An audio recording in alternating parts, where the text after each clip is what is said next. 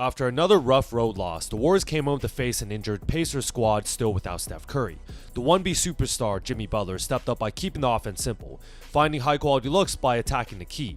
Whether through isolations, post-ups, or kickouts, Butler delivered an all-around performance that was exactly what the team needed to get back in the win column. So let's break it down. Butler's game is often simple and does not include complex sets. Butler and QP run a pick and pop where the Pacers are dangerously not switching. As Jimmy drives baseline and Indiana is not helping, Pajensky makes a slot cut but changes his mind the second Butler gets on the block to post up. If you've been following Jimmy for a while, you know he is 90% of the time looking to pass out of the post here. Instead of crowding the paint as well, Pod sets a brilliant back screen on Post's man.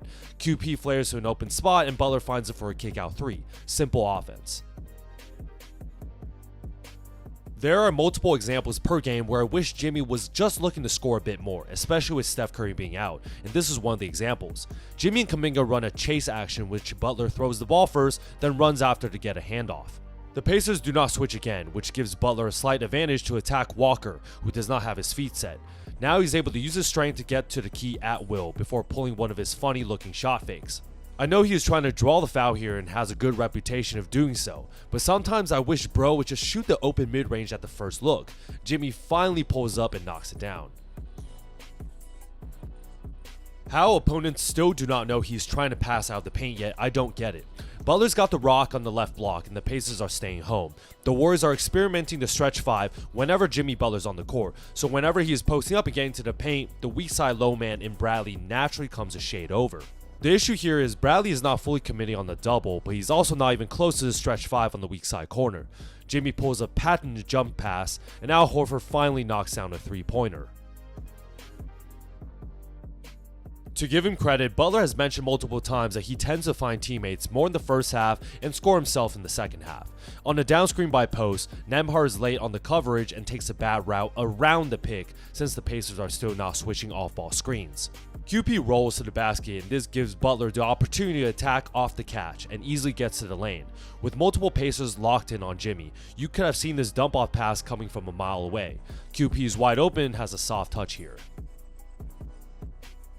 Now this is the aggressive Jimmy I want more. Draymond setting a pick and Indiana still does not automatically switch. You can see Draymond rolling to try and force the switch, and now Butler has a mismatch and plenty of room to attack. Martin wants no part of Jimmy as he aggressively drives right into the paint and the defender pulls his hands back to avoid a reach-in foul. This time Butler is only focused on scoring and gets an uncontested layup. I'm honestly curious what turns Butler on when he's looking to score versus passing out of good looks. Draymond sets another pick and the Pacers scramble to switch. Bradley is finally playing the drive here, but Jimmy hits him with a hezzy like he's reusing the screen by Draymond again before crossing over to his right. Gets right by the defender and automatically into the key. Other Pacers try to help, but this is the aggressive Jimmy Butler I like around the basket. Butler clearly likes attacking mismatches off of Draymond Green's screens. Huff is playing a drop coverage while Walker is fighting over the recover, but because Jimmy is not a shooter, his ability to keep his dribble alive with a small head of steam allows his high basketball IQ to blossom even more. Once Indiana finally decides to switch, Butler's already in the center of the defense and realizes his best and only option is to attack Huff, who is angled slightly more towards the roll man. Now he can get right into his body and use his strength to finish over the big man right at the basket again. Here's a classic Jimmy isolation. Takes a mismatch with his right hand, gets to the paint at will. With Shepard stunting one pass away, Butler makes a jump stop and tries to make a play off of 2 feet instead. I'm actually shocked he did not pass the QP here, but Huff is not exactly a rim protector, so Jimmy decides to finish over 2 guys instead. His game is honestly so simple. Butler and Horford had some good connections last night, and this is going to be desperately needed, and especially for Horford to find back some of his rhythm this year. Jimmy has a smaller Nembhard on him and sees that Huff is 1 pass away ready to help on the drive. The second he sees that the big man gave too much space, it's an immediate pass to the stretch 5 and Horford, who is waiting to shoot. Al knocks it down and keep the defense honest. Butler is also known for his decision making and elite passing skills. He's got the ball in the left wing, observing the weak side off ball actions. Will Richard, who continues to shine, has 2 down screens to read and come off of. Because the Pacers continue to play straight up, Richard runs off the first pick and pretends to use his Horford's second one, but instead spins and cuts straight to the rim, juking the defender who is chasing from behind and thinking he was setting another screen instead.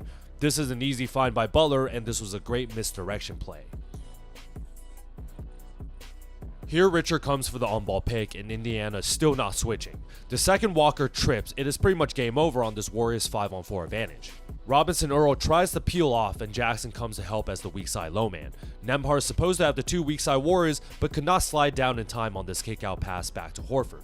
The stretch 5 knocks another catch and shoot from the corner. I think the Pacers learned to not try and double Jimmy since he's many times pass first, but this is what I need him to do on post-ups with no help. Takes a much smaller Nembhard and spins off him near the pinched post, and is able to get off a banked push shot with pretty much zero contest. Way to exploit the size advantage and way room. One last play to set up Horford of all people on the perimeter. Al is setting a screen on Pods, but this is actually a decoy for Pods to run directly into Horford's defender instead of pick himself. Since the Pacers are not switching, Horford gets the flare to the open right wing. Easy find by Jimmy, and it's good to see the big man fighting a shot back. There you guys have it. After another sluggish start to the homestand, the Warriors finally got back on track behind Jimmy Butler's complete two-way performance. With 21 points, 9 rebounds, and 7 assists, he controlled the game by attacking the paint, slowing the pace, and creating high-quality looks for himself and his teammates. This was vintage Butler, mixing post-ups, isolations, and off-ball flashes to collapse the defense and make the right read every time. He set the tone physically, got to the rim against a bigger Pacers front court, and showed why the Warriors need a steady presence when things start to spiral. Nights like this remind you that Butler does not need to shoot threes to dominate, he just needs the ball in the key. Big bounce back win without Steph Curry, and a statement from Jimmy Butler as the team's stabilizer. If you guys like this breakdown, like and subscribe to see more.